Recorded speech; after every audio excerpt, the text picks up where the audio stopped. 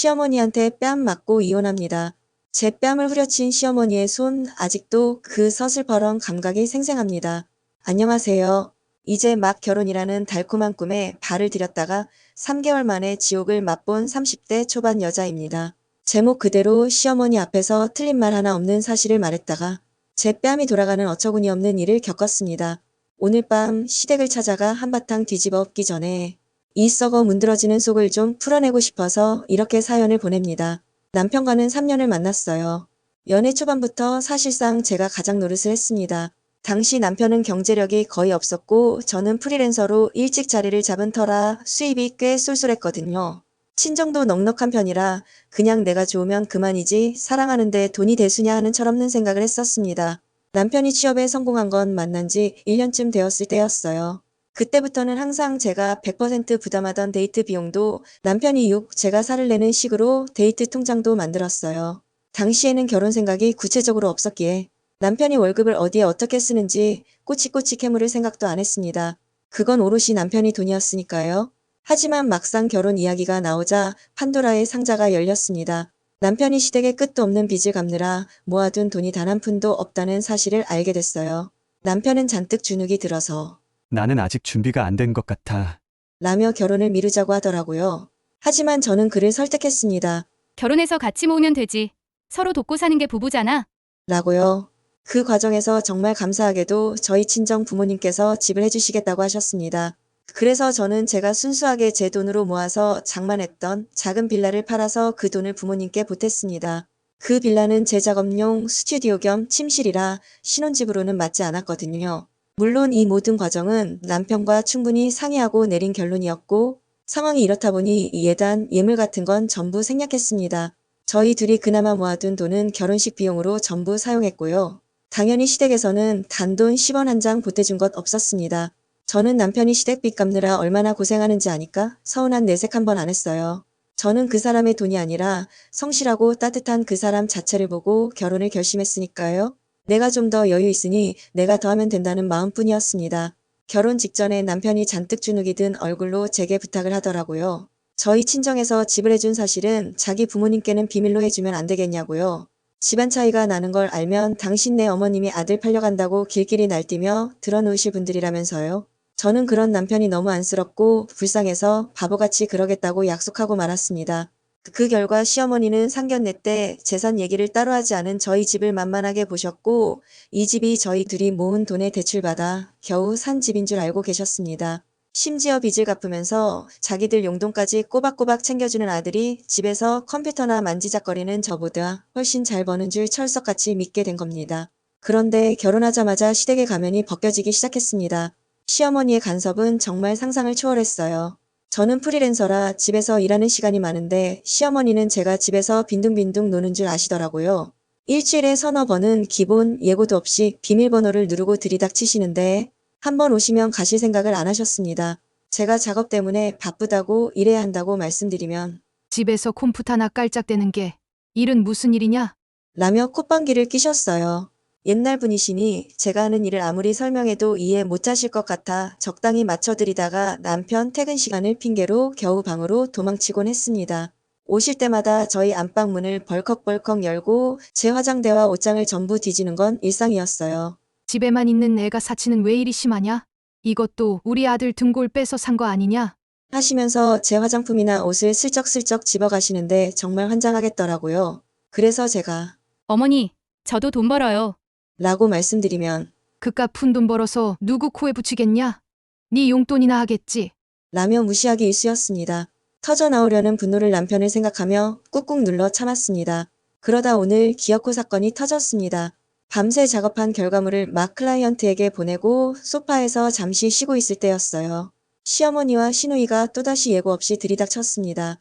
제 쾌한 얼굴을 보시더니 너는 시애미가 왔는데 동태 눈가를 하고 있냐? 라며 대뜸 시비를 거시더라고요. 옆에 있던 시누이도 오빠는 돈 버느라 밖에서 고생하는데 새언니는 집에서 편하게 있으니 좋겠어요. 저희 오는 거 못마땅한 티를 꼭 이렇게 내야 해요. 라며 비아냥거렸습니다.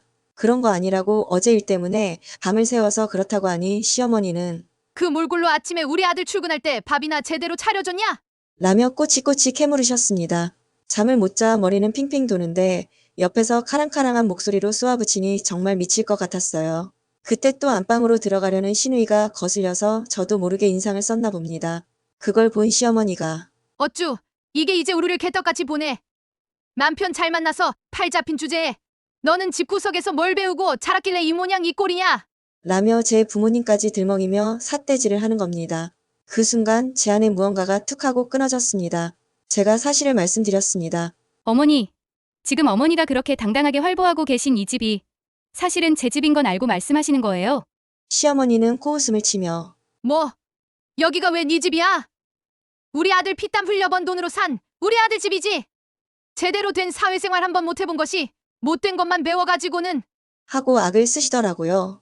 화가 난 저는 참지 않았습니다.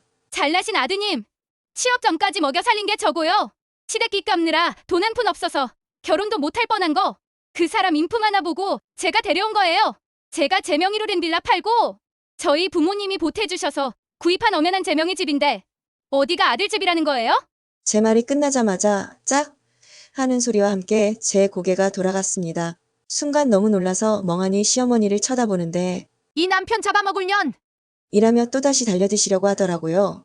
저는 미친 사람처럼 악을 질렀습니다. 당장 나가세요. 주거침입에 폭행죄로 경찰에 신고하기 전에 당장 나가시라고요. 그제야 상황 파악이 되는지 신우이가 질겁하며 시어머니를 끌고 나가더군요. 온몸이 부들부들 떨리고 피곤했던 몸에 뺨까지 맞으니 정말 세상이 무너지는 것 같았습니다. 그 길로 남편에게 전화해서 제가 아는 모든 쌍욕을 퍼부었습니다. 나 지금 당신 어머니한테 뺨 맞았어. 당신 잡아먹으려니라면서 날 때렸다고.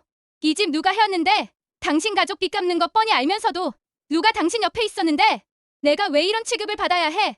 나랑 이혼하든지 그 지긋지긋한 시댁이랑 연을 끊든지 오늘 밤 안으로 결정해. 하고 전화를 끊어버렸습니다. 전화를 끊자마자 억울함과 분노가 한꺼번에 터져 나와 엉엉 울었습니다. 남편이 주눅든 모습이 불쌍해서 시댁이 알면 아들 팔려간다고 들어놓으실까봐 사실을 숨기자던 남편의 말을 들어준 제가 제 무덤을 판 등신이었던 겁니다. 이제 더는 못 참습니다. 이 기회에 시댁과 연을 끊어내든 이혼을 하든 뭐든 끝장을 볼 겁니다. 오늘 저녁 남편이 퇴근하면 곧장 시댁으로 쳐들어갈 생각입니다. 남편 월급 통장 내역과 제 수입 내역 그리고 이 집 등기부등본까지 전부 출력해서 갈 겁니다. 누가 누구 덕에 먹고 사는지 누구 돈으로 당신네 아들이 월급의 90%를 빚 갚는데 쏟아볼 수 있었는지 그 더러운 눈으로 똑똑히 확인시켜 줄 겁니다. 이제껏 시어머니가 스쳐해 가셨던 제 옷, 화장품, 살림살이 목록까지 전부 적어놨습니다. 단 하나도 빼놓지 않고 전부 찾아올 작정입니다. 남편의 전화와 카톡은 전부 무시하고 있습니다. 생각 있는 남자라면 밤새 일하고 뺨까지 부어오른 아내의 얼굴을 보고 어떻게 해야 할지 답을 내놓겠죠. 얼마 지나지 않아 도어락 누르는 소리와 함께 남편이 허둥지둥 들어왔습니다.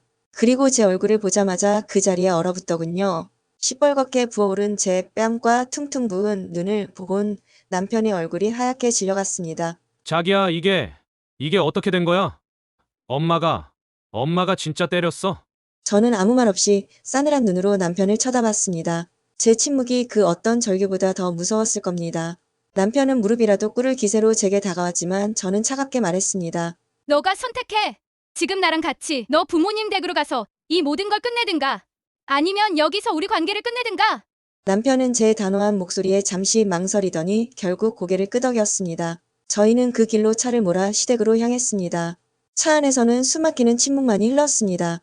시댁에 도착하니 시어머니와 시누이는 거실 소파에 앉아 마치 개선장군처럼 저희를 기다리고 있더군요. 제가 맞은 건 생각도 안 나는지 시어머니는 저를 보자마자 또 삿대질을 시작했습니다. 네가 여길 어디라고 기어들어와. 당장 내 아들 인생에서 꺼져. 저는 그 말에 대꾸할 가치도 느끼지 못했습니다. 대신 준비해 온 서류 봉투를 거실 테이블 위로 던졌습니다. 툭 하는 소리와 함께 서류들이 쏟아져 나왔습니다. 가장 위에 있던 건 이 집의 등기부등본이었습니다. 제가 차가운 목소리로 말했죠. 어머니, 눈 있으시면 똑똑히 보세요. 이 집 소유주, 제 이름 세 글자 박혀있는 거, 이건 시작에 불과해요.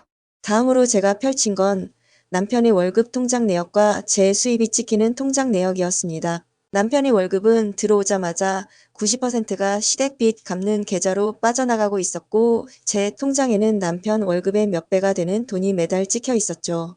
보세요.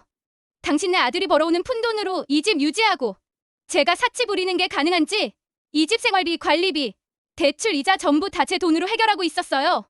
아드님 월급은 고스란히 두 분 생활비랑 빚 갚는 데 쓰였고요. 시어머니와 시누이의 얼굴이 점점 굳어지기 시작했습니다. 하지만 그들을 완전한 절망으로 빠뜨린 건 마지막 서류 한 장이었습니다. 아, 그리고 이건 저희 아버지께서 얼마 전 제 이름으로 증여해주신 5층 상가 건물 계약서예요. 원래는 결혼 축하 선물이었는데 이젠 이혼 축하 선물이 되었지만요. 그 순간 거실의 공기가 얼어붙었습니다. 시어머니와 시누이는 믿을 수 없다는 듯 제 얼굴과 서류를 번갈아 쳐다보며 입을 떡 벌렸습니다. 그들이 무시하고 멸시하던 며느리가 사실은 자기 아들과는 비교도 안 될 재력을 가진 자기들 인생에 다시 없을 황금 동아줄이었다는 사실을 깨달은 겁니다. 가장 먼저 정신을 차린 건 시누이였습니다. 표독스럽던 얼굴은 온데간데 없이 울먹이는 표정으로 제게 다가오더군요. 새언니. 아니, 아가. 우리가 정말 잘못했어. 사람이 살다 보면 실수도 할 수 있는 거잖아. 응? 시어머니는 그 자리에 주저앉아 제 다리를 붙잡고 통곡하기 시작했습니다. 내가 미쳤었나 보다. 내가 우리 복덩이를 발로 걷어찼구나. 예쁜 아가야, 이 늙은이가 죽을 죄를 지었다. 제발 우리 아들만은 버리지 말아다오.